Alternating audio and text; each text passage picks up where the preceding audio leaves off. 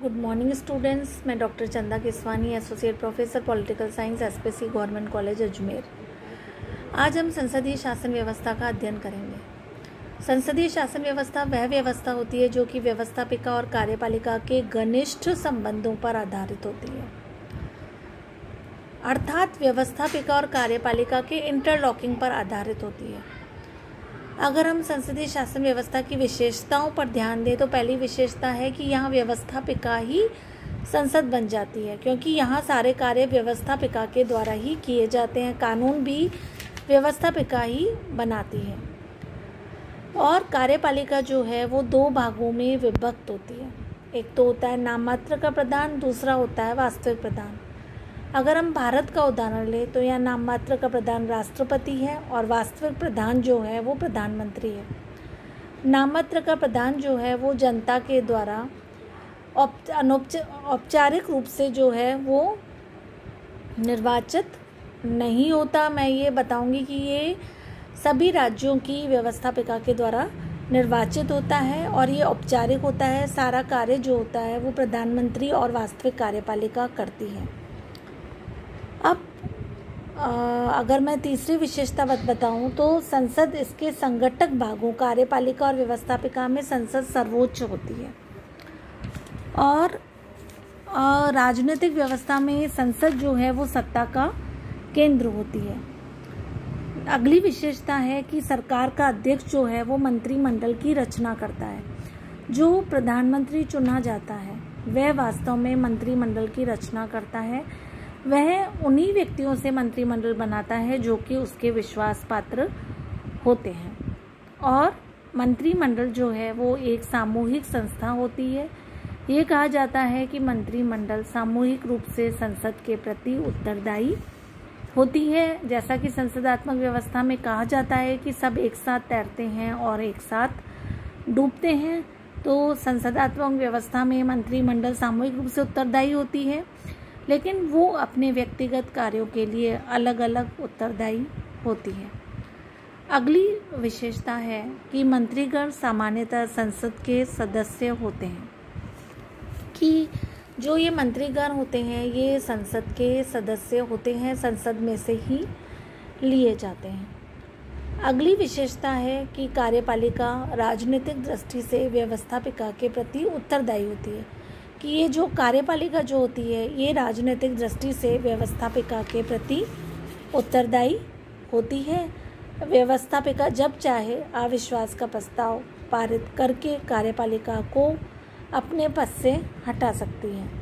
अगली विशेषता है कि सरकार का अध्यक्ष राज्य के अध्यक्ष को सभा विघटित करने की सलाह दे सकता है। सरकार का अध्यक्ष अर्थात प्रधानमंत्री राज्य के अध्यक्ष राष्ट्रपति को ये कह सकता है कि वह सभा को, जैसे कि भारत में निम्न सदन लोकसभा है, उसको विघटित करने की सलाह दे सकता है और राष्ट्रपति ऐसा कर सकता है।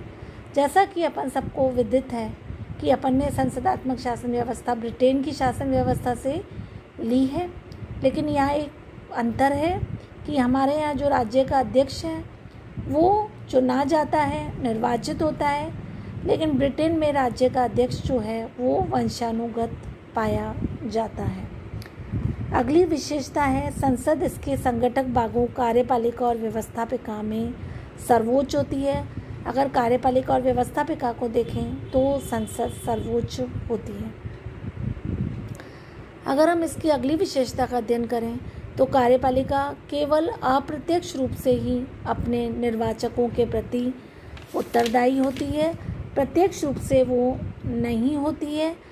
तो इस तरह संसदीय शासन व्यवस्था वह व्यवस्था होती है जिसमें कि कार्यपालिका और व्यवस्थापिका दोनों का आपस में घनिष्ठ संबंध होता है। कार्यपालिका व्यवस्था में ली जाती है। कार्यपालिका जो है वो दो प्रकार की होती है, नाममात्र की और वास्तविक, और कार्यपालिका व्यवस्थापिका के प्रति उत्तरदायी होती है। इस प्रकार संसदात्मक शासन व्यवस्था में कार्यपालिका और व्यवस्थापिका में घनिष्ठ संबंध पाया जाता है। संसदीय शासन व्यवस्था की सफलता की कुछ आवश्यक शर्तें हैं। पहली शर्त है प्रतियोगी दल व्यवस्था।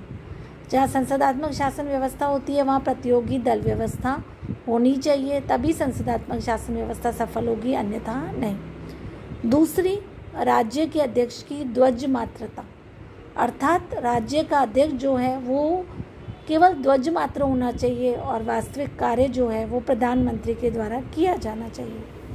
तीसरा है राज्य के अध्यक्ष की सदस्यता। चौथा है स्पीकर की निष्पक्षता, जो स्पीकर है वो निष्पक्ष होना चाहिए। पांचवा जो है वो है संसद की सर्वोच्चता, कि संसद जो है वो सर्वोच्च होनी चाहिए। और ये कहा जाता है जैसे कि ब्रिटेन में कि संसद सब कुछ कर सकती है, स्त्री को पुरुष और पुरुष को स्त्री बनाने के अतिरिक्त सभी कुछ कर सकती है। अगली विशेषता है नियतकालीन चुनाव, कि चुनाव भी रेगुलर इंटरवल पर होने चाहिए, तभी संसदीय शासन व्यवस्था सफल हो सकती है, अन्यथा नहीं। इस प्रकार संसदीय शासन व्यवस्था कार्य करती है। भारत ने संसदीय शासन व्यवस्था जो है वो ब्रिटेन से ली है और हमने ब्रिटेन का एग्जाम्पल जो है वो फॉलो किया है। धन्यवाद।